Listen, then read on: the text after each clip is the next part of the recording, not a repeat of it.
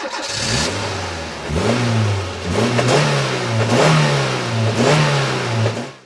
I'm Fox Gamer, and today we'll be showing you a tutorial in 3ds Max on how to put outlines on your models.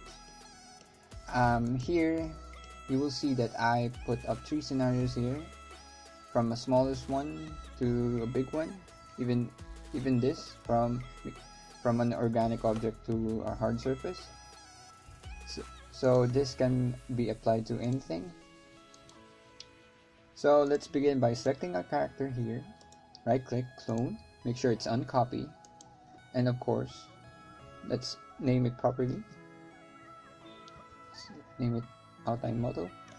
Now it's selected. Now let's go to modify and let's choose the push modifier. There you go. Press F3 so you can see in wireframe mode. Let's give it a lot of outline. It's up to you and how much you want. So for me it's 0.45. So whenever you're happy, right click, collapse to, just hit yes. Now it will just give like that a shell all over the model, and that will be our outline. Now let's add some color to it. So here's the material. I made it black in the diffuse. You can change it to any color. Let's make it red, like a soft shadow kind of red. So there we go. It's now dark red.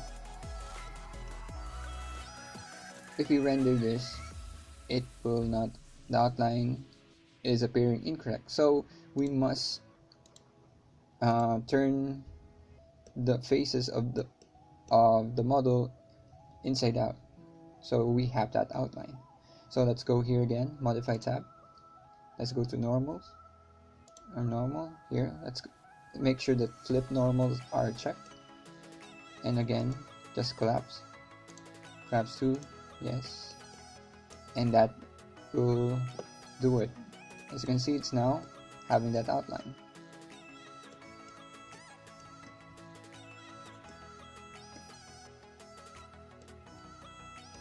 Examples games that use this technique are the 13 of Ubisoft and Jet Set Radio by Sega, because this method is used before they invented shaders, especially the cartoon shader.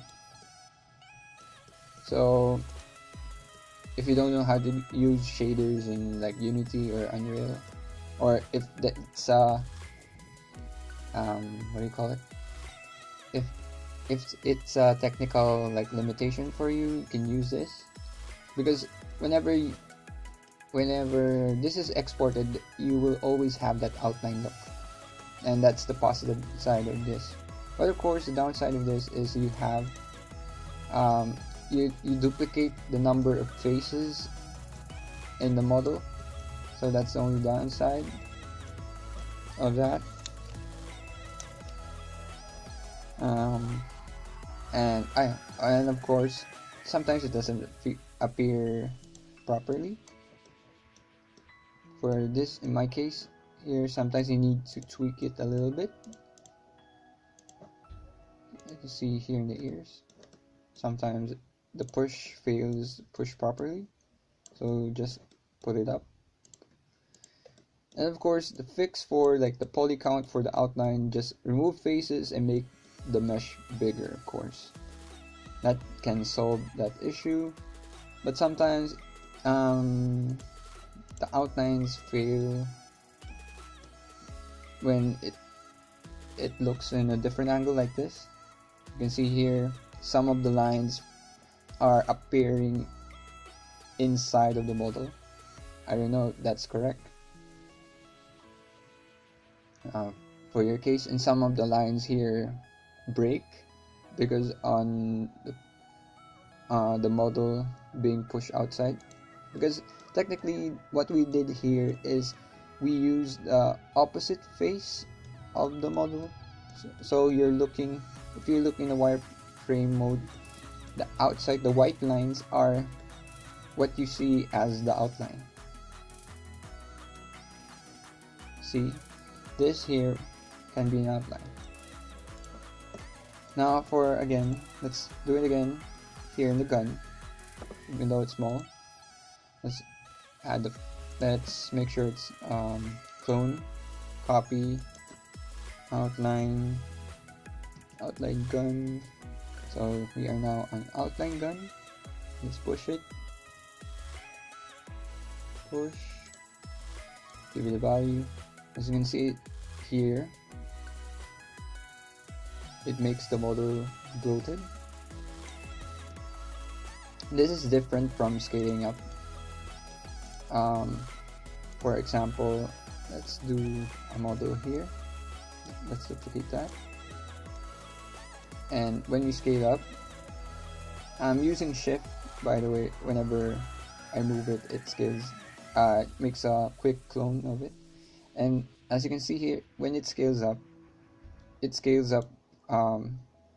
properly, and it doesn't give that, you know, scaling up in like the sense of where the model, the face of the model is. It scales up where what it should be. But here on the push, it just pushes the model on where the face is facing.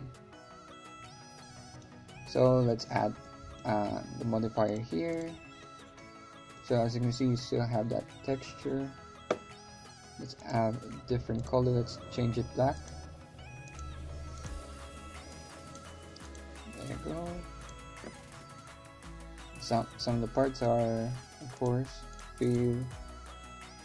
You just need to tweak it a little bit.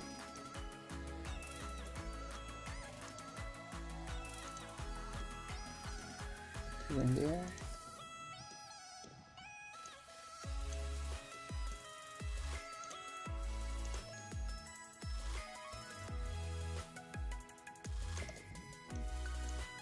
Yes, sometimes the model fail, the push modifier fails, but you can easily just pull it out.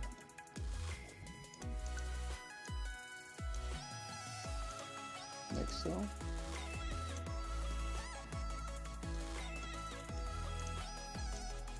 There we go. That's fixed now. Now again, click and use normals.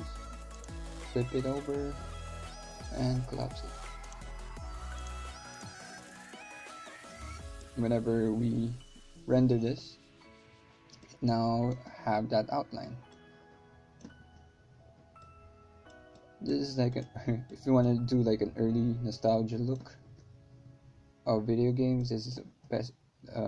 This is the way to go. And as you can see here, it sometimes fail. So it depends if you want to roll with it.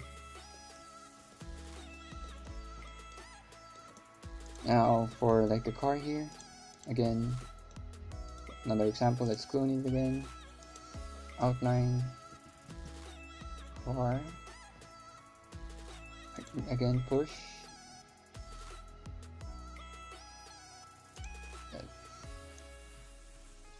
Push the car. Like a very thick outline. Not very silly how it looks, but it does the job. Of course, you just edit the spaces if there's like clipping, but yeah, that will take time. So again, you know that we flip to normal.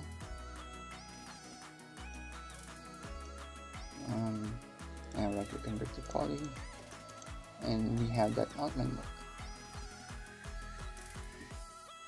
So that's how you do it, on how to put like outlines to your object. You can see it needs a little bit more tweaking, but it does the job.